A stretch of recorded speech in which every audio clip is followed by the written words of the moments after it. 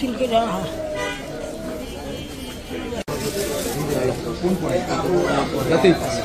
জিগে এটা কি আমি জিগেছি এটা কি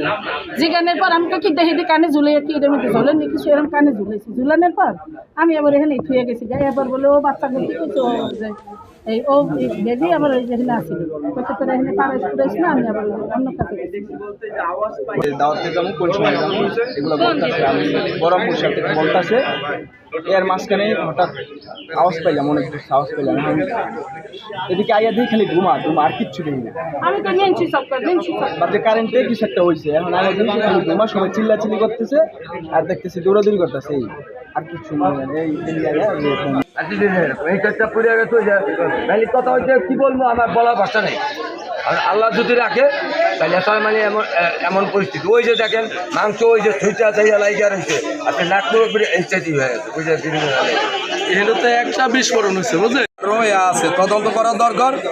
আর এই বিগত 4-5 দিন আগে একটা মশাল মিছিল হয়েছে ওই গোপালপুর এবং কালীখোলার এই ঢালে বইয়া আপনারা তদন্ত করে দেখেন আশপাশে আরও মনে হয় আলামত পাইবেন বা আছে শুধু একটা যখন আছে তা আরও আশপাশে আছে। সংবাদ আসে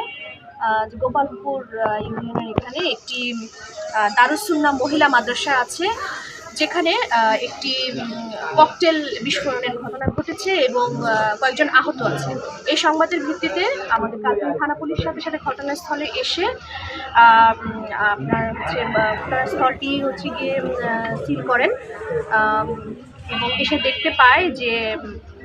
মাদ্রাসা যেটা আছে মহিলা মাদ্রাসা তার পাশে একটি বাড়ি, সেই বাড়ির দরজার সামনের বৈঠকখানায় বিস্ফোরণের ঘটনা ঘটেছে এবং সেখানে কিছু আলামত দেখতে পায় এবং যারা আহত আছে তাদের রক্ত আমরা পড়ে থাকতে দেখি। হাফিজুল ইসলাম উনি এবং ওনার স্ত্রী হাফেজ জান্নাত বেগম ওনারা দুইজন মিলে এই মহিলা মাদ্রাসা পরিচালনা করে আসছে এবং পাশে যে বাসা যেখানে আসলে ককটেলটি বিস্ফোরণ হয়েছে বাসার সামনের বৈঠকখানায় উনি হচ্ছে বাড়িয়ালি, ওনার নাম হচ্ছে রুনা বেগম, উনি মূলত এই মাদ্রাসাটি ভাড়া দিয়েছেন। তারপরে আমরা ঘটনাস্থল পরিদর্শন করে পারিপার্শ্বিক অবস্থা বিবেচনা করে আমরা দেখি যে আসলে এখানে ককটেলের বিস্ফোরণ ঘটেছে, আলামতও পেয়েছি এবং চারজন মেয়ে শিশু যারা এই মাদ্রাসারই ছাত্রী তারা আহত হয়েছে। এর মধ্যে একজনের অবস্থা আশঙ্কাজনক, তাকে ঢাকায় হাসপাতালে রেফার করা হয়েছে এবং বাকি 3 জন কালকিনির স্বাস্থ্য কমপ্লেক্সে চিকিৎসাধীন অবস্থায় আছে। গতকাল এখানে মাদ্রাসার 2 জন ছাত্রী আছে, ছোট বাচ্চা, তারা হচ্ছে প্রথমে এই সিঁড়ির এখানে বৈঠকখানার এখানে তারা হচ্ছে একটি বল সদৃশ হলুদ স্কচটেপ পেঁচানো একটি বলের মতো দেখতে পায় এবং তারা সেটা হাতেও নেয়, এরপরে সেটা রেখে দেয়। এরপরে তারা এটা ধরেনি।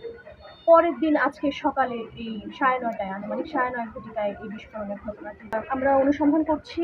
আমরা ইনভেস্টিগেট করে এর পিছনে কারা আছে, এই বল সদৃশ বোমা কে রেখেছে এবং এই যে বাচ্চাদের ছোট শিশু বাচ্চাদের আহত হওয়ার পিছনে কারা মূল তাদের আমরা খুঁজে বের করব এবং অবশ্যই আমরা আইনগত ব্যবস্থা যা নেওয়ার আমরা অবশ্যই নিব। যেহেতু এটা গতকাল থেকেই আসলে রাখা ছিল সেক্ষেত্রে নাশকতার উদ্দেশ্যে কিনা অথবা এখানে কেউ রেখে গেছে কিনা এই বিষয়টা আসলে তদন্ত করে আমরা তারপরে জানাতে পারবো নিশ্চিত। এটা প্রত্যক্ষদর্শী যে ছিল ছোট মেয়ে শিশু বাচ্চা 2 জনের বক্তব্য যেটা আমরা পেলাম সেটা হচ্ছে তারা একটি বল সদৃশ